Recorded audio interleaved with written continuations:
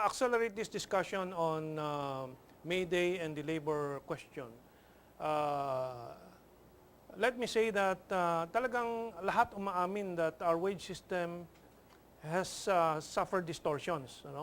But I think a response from Sunny here clarifies a lot. For example, sabi niya, ang mataas na minimum wage is in Metro Manila. In the other regions, medyo mababa yan because of the system of regional wage setting. Sige, Sunny, please go ahead. Yung sa Federation of Free Workers, ang primary concern namin is organizing union and collective bargaining negotiation. So, kasi yun ang aming orientasyon eh. Para sa amin, yung the minimum wage concern is a concern of the government. Dapat hindi yan concern ng mga union eh, kasi ang mga union dapat makipag-negotiate na mas mataas dun sa minimum. No? So, of course, sa Pilipinas, nakikita namin na yung Metro Manila ay mas mataas kumpara sa other regions of the country because we have a number of regional tripartite bodies which are in charge for the promulgation of minimum wages in the respective regions. So, halimbawa, dito sa Metro Manila, now is 466 pesos. But in Southern Tagalog, for example, Region 4A, the minimum wage is only 267. Diyan yan sa Morong Rizal, is that Yeah, Morong Rizal, banda dyan sa Laguna.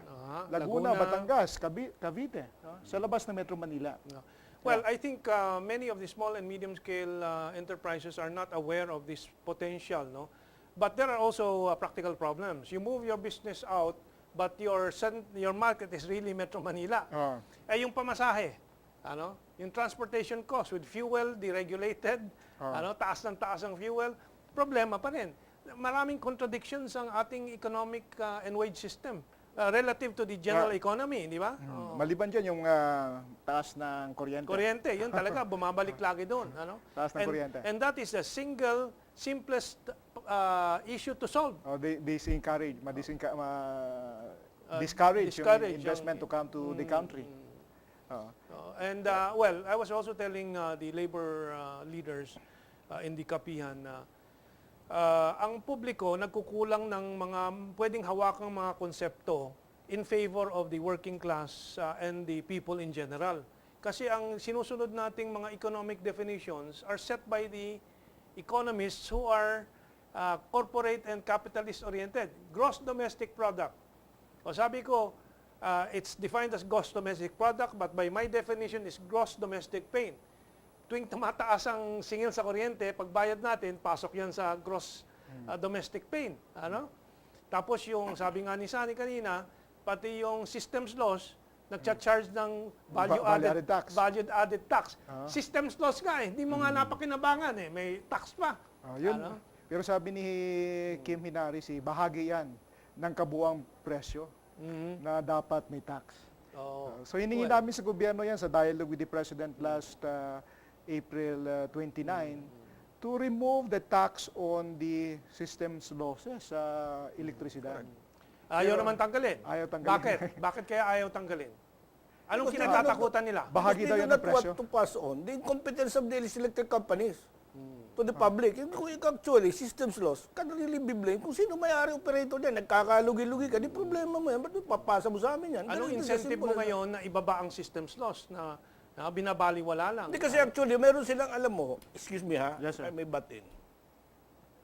Alam mo, mayroong ngayon meron silang formula dyan, sinakalimutan, RORB yata, something like that. Hindi, ngayon, Mahaba yung listahan sa PBR, performance rate base. Alam mo, oh. yung performance rate base should have justified the elimination of sinusugod systems loss. Alam mo bang epekto niyan, sinasabi ko? Pag maganda performance rate, hindi ka na magpipetition. Sa ERC, automatic tataasan ka. Yan ang epekto niya ng PBR, alam ko yan because my wife is connected with electricity. Pag magandang performance mo sa kuryente, automatic papayagan ka mag-increase ng rate mo. And yet, nagkakaroon ng PBR, ba't ayaw nila alisin yung tinatawag na systems loss? That should be the case. Hindi ko nga malaman anong formula mayroon tayo rito. Hindi ko alam kung pang stupido. No, it's really, I think, buong bansa at lahat ng kabayan natin, galit na dito sa issue ng kuryente. Bakit walang magawa? Is it because there are higher powers imposing this? Di ba? May nagsasabi na 2 tao lang daw may-ari ng o may control diyan sa ating mga basic commodities tulad ng elektrisidad at ng Manny tubig. Pangilinan and sino pang isa? Ramon Ang, British. Ayala, Consuni. British. So kay Rod, foreign powers. British, sabi mo. Ano, British, I mean. Aboitiz. Sa Aboitiz. British. Kala ko British. No, going back to that, Lopezes, I would like to elaborate on that issue, ha.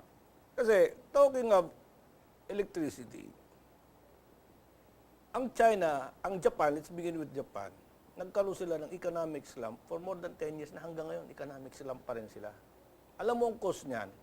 Kasi prenesyo sila ng Amerikano, i-devalue ang kanilang yen. Yan. Tumas ng tumas yan, kasi ang katuwiran ng Amerikano, para pumakapasok ang kanilang produkto, kasi mamahal ang produkto ng Hapon, mumura ang produkto ng Kano. Ganun lang ang sistema niyan eh. Ngayon, takot naman ang Hapon sa mga Kano, okay, pumayag sila, pero nag-suffer sila. Tremendous ang pagsasuffer nila. Ginawa ngayon nila sa China. Ang China, ayaw, sabi niya, ba't mo kami didikta kung anong halaga namin ng yan? Pag ginawa namin yan, hindi mo sasagutin kung marami mawawalan ng trabaho ang mga Chinese. Maraming mawawalan ng trabaho sa kanila. Ayaw nila pumayag niyan. Ngayon, ang epekto niya sa atin, pagka regulated ang currency, that in effect will justify the system of regulated wage. Kasi tayo dito, mayroon tayong regulated wage, pero deregulated ang everything. Paano naman mangyayari? Maiiwan ang kita ng tao sa halaga ng bilihin. Kaya maya, mga workers natin, mga kapatid natin manggagawa, nagrarally tumingi ng dagdag. Naiiwan sila lagi. Ang problema, naiiwan sila na naiiwan, hingi sila ng dagdag. Yung gumagawa nagbibigay ng dagdag, hindi dumataas ang produksyon. Alam mo kung tatawag niyan, anong epekto, pangkalang epekto yan, nagkakaroon tayo ng tinatawag ampaw na economy. Walang laman. Yan ang epekto niyan eh. Kaya tayo dito, saan ka makakakita? Kaarte lang magtatahi ng isang pantalon. Ililipat na lang ako. Kung halimbawa dito, magbabayad ako ng isang tao ng 500 eh. Dalhin ko sa Bangladesh yan, makakakuha ko ng 150. Mabilis pa. Ganun na nangyayari. That's why I'm telling you that. I-regulate mo ang wage, pero i-guarantee mo security of tenure niya, pero i-guarantee mo rin sa kanya na may retirement siya, nangyayari. Well, ayaw natin this yan is all mangyari. in- Zero nangyayari sa atin.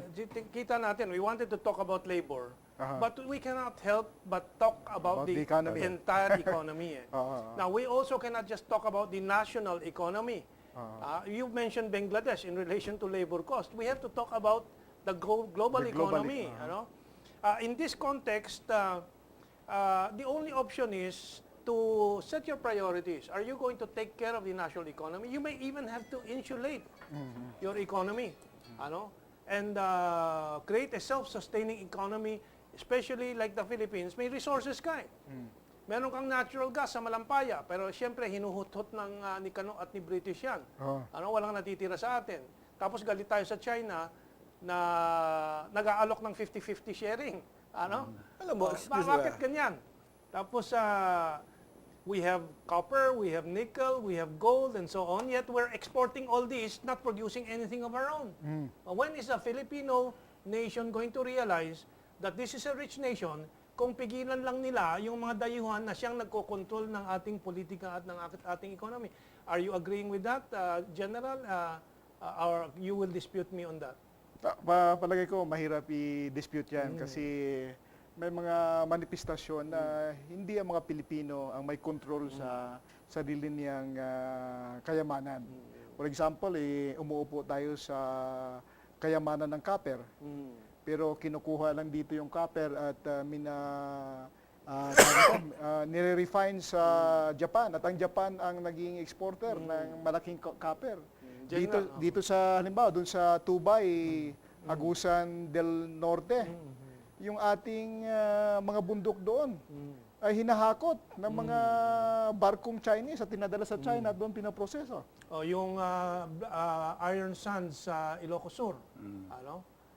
Bawal yan, pero nagmimina doon. I'm not sure whether they're Hong Kong Chinese or what Chinese. Kasi yung swap deal daw, according to, kabibisita ko ng Ilocos, according to mga Ilocano, yun ang swap deal ni Chavez Singson sa Hong Kong authorities para ma-release yung anak niyang drug addict. Diretsahan po eh. Itong mga naghahari sa lipunan natin eh, di ba? Itong mga Chavez Singson eh. Tapos gagawa sila ng deal na dehado ang Pilipinas. General, anything anything you can add to this? Well, it's really a lopsided economy controlled by just a few. That's what hurts. Yung mga oligarchs. No? Yes, that's what hurts because they're the ones who dictate where to mine or who can be allowed to mine. Is that why you were part of the rebellion in 1989? Many reasons. And then now let's go to Rod. No, actually, let me reiterate this. Economics is simple. It's more on common sense. For instance, di ba pagkataguso ang santolo, pag-uso ang mga prutas, ang lansones, sabihin mo na lang, pag uso yan, nagmumura yan. Pagka hindi uso yan, nagmamahal yan. Ganon din ang tao eh. Ang labor ng tao, darating ang panahon, pagka halimbawa kunti ang produksyon, maraming magtatanggalan. Kasi alam mo kung ba't ang solusyon natin, tinatanggal natin. Kasi hindi natin matanggap ang formula na, pwede ba, iiwan ka dito, hindi ka namin tatanggalin. Pwede ba, bawasan ko sweldo? Ay, hindi pwede, illegal yan eh. Sigawan na kaagad eh. Sa ibang bansa, ang ginagawa nila, adjust natin, babaan natin. Pero gagaranti ko na hindi ko kayo tatanggalan. Is dito, rally na kaagad. Kasi hindi pwede, babawa, hindi kami papayag yan. Kaya sa kanila, adjustable. Mayroon igagaranti sa kanila ang kanilang security of tenure. Ngayon, pag hindi ka papayag, di siyempre tatanggalin ko. Ang akala mo ang namatay lang, yung pagtanggal mo dyan sa kumpanya, hindi lang yung presence mo sa kumpanya, pati union mo, kung presidente ka ng union, matanggal ka, pati kayo lahat, pati union mo, patay sa pool. That's what I mean. Palagi ko pwede naman na pag-usapan kung yung mga manggagawa ay organisado eh. Precisely At nga. yung mga management din, ay palagi ko kung organisado din sila, mas maganda. Precisely, that's what I've been Ang trying isang to... example ko nandito na masama, halimbawa, yung organisadong manggagawa noon sa Philippine Airlines, halimbawa. Di ba nag-agree yung union sa management na i-freeze. Walang increase sila natatanggapin. For 10 years nga wala silang collective bargaining negotiation for the past 10 years. Tapos ang nangyari, nung kumita na yung kumpanya, pinagtatanggal yung mga manggagawa, pinalitan ng kontraktual. So, kaya nagalit yung union doon sa That's in bad faith naman. sa Masama Philippine naman yun. Airlines. Sa buti na lang ngayon, yung bagong owner ay nakipag-usap ulit sa management at yung mga manggagawa na pwedeng ibalik ay bumalik sa trabaho at yung hindi na o ayaw nang bumalik ay magkaroon ng double the pay nung in-offer ng previous management. Kaya natanggal yung picket line dyan sa Philippine Airlines natin. So dahil sa pag-uusap ng management Let me try to push our discussion to how to solve the problem. First, i-establish natin. Itong pinag-usapan nating malaking problema ng pahirap na pahirap ang manggagawa at parami ng unemployment, it is not a uniquely Filipino problem. Europe is suffering that. The US is suffering that. Now, there is a very popular book now by a French economist, si Piketty. This is really taking the world by storm, ang kanyang analysis ng inequality. At sabi niya, lumalala talagang inequality. Sabi nga dito, quoting from this review, before World War I, the 1%, meaning yung mga mayayaman, received around a fifth of total income in both Britain and United States. 1/5 ang kabig ng 1%. By 1950, that share had been cut by more than half. But since 1980, the 1% has seen its income share surge again. And in the United States, it's back to what it was a century ago. Now, si Piketty reviewed history, mahabang history niya. And sabi niya, this is also the same trend before the Black Death sa Europe. Kasi nga, sa concentration ng wealth, dumami ang sobrang mahirap, bumagsak ang health, at nagkaroon ng Black Plague kung saan milyon-milyong namamatay. So, we have to deal with this for the past 20-25 years. Lumalala ang picture din sa labor eh. Your membership in the 1950s is gaano kalaki yun? 60s. Kung titingnan ko yung statistika ng labor density sa Pilipinas noong 2005, yung covered lang na collective bargaining, organized union, covered with collective bargaining is about 500,000. Although may maraming claim na milyong-milyong memberships ng mga union, pero actually ang record ng Department of Labor, only 500,000 in 2005 were covered by the collective bargaining agreements. In Ngayon? 2011, mga 200,000 na lamang. So it was reduced to more than half of the Nawawala talagang, That's what I've ano been eh. telling you. Nawawala ang bargaining power ng mahihirap at ng mga manggagawa Oo. against the Pangelinans who are backed up by the Salims and Goldman Sachs and so on, the Aboitises and so on. Why is this happening? The time that the U.S. had social reform, social security system and so on, was after a long period of worker struggle na nag-result nga in the May Day massacre in Chicago. Isa yun. Lumalaban ng manggagawa. We don't see that struggle now. Rod, you're nodding your Actually, head. because sana matapos yung libro ko itong next year na tungkol sa labor, sequel na yan.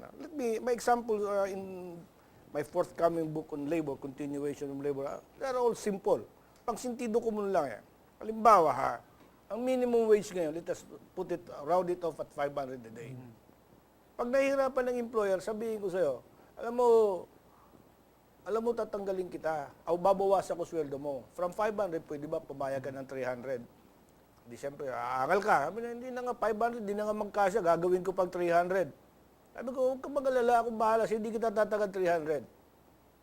Di maglao ng 3 buwan, dahil ang cost of production ko bumaba, tawagin mo yung anak mong panganay. Yung tangan mong panganay, sisimulan ko ng 250. 300 to 250. From 300 to 250, ipag-add mo. Di ba mas malaki na sa 500? Naglao lang kulang, wag isang tao, kulang lang isang tao. Kinuha ko, kunin mo pa yung isa sa inyo. Dadagdagan ko ulit siya ng sweldo. Sabihin mo na lang, bibigyan ko na lang siya ng 200. From 300, 250 to 200. Isuma total mo, hindi ba mas malaki pa rin sa 500? Lumaki ang production. Ang bakit naman ako gumagawa kayo ng sapatos, bakit nadadagdagan ko empleyado ko? Dahil bumaba ang production cost ko at kaya ko ibenta ang sapatos ko na dati naibibenta ko ng 1,000, naibibenta ko na ng 600. But, again, we have to look at the entire economy. Ang reaction ko dyan is, paano naman yung sapatos galing sa China? Now, you have the Chinese government supporting the livestock industry kung saan manggagaling ang balat, and so on. Tayo dito, wala yan eh. Labanan na lang kasi ang China, ginagawa, yung proposal ko na yun, hindi naman ang ginagawa ng China, dilaban tayo. Alam mo kung bakit mas advantage tayo? Kasi production-wise, maraming unemployed dito kasi sa China ngayon. But at the same time, again, we have our last few minutes, yung more comprehensive picture. For example, kanina off the air, we were discussing that si Kim Henares wants to even tax the sari-sari store and so on and so forth. This all relates to the concentration ng yaman sa iilan at global institutions, IMF, World Bank, and so on. Samantalang kung pabayaan nila yung pera sa sari-sari store at sa taong bayan, bawasan nilang VAT, bawasan nilang taxes, mas maraming pera ang bulsa ng tao, mamimili yan, kahit na walang trabaho, magkakaroon ng sari-sari store. Pero ngayon, imbis na sari-sari store, Taiwanese sa 7-Eleven, 700 stores, ilan ang nawalang hanap buhay ng mga retired teachers and so on. We have to do something about this. Yeah, General. One of the problems that we have identified in our study of the poverty situation in the country is the lack of access to credit by a lot of people. Now, one of the solutions we have looked at is making investment for poverty reduction higher ang kikitain. Or give some investment to investors. Okay. If they invest in poverty reduction program. Okay. Bitin na bitin. But I got a signal that we've run out of time, no? So we have to do a repeat of this para mabuo natin itong storyang ito. So we'll set another time for the three to get together with GNN again. And just keep tuned in and we'll tell you when we'll get together again para mabuo natin itong storya. And maybe it will end with the conclusion that we need a social revolution again. With that, have a good weekend po, and we hope we have contributed to your thoughts on these problems of the nation. Maraming salamat po. Maraming salamat din sa inyo. Thank you.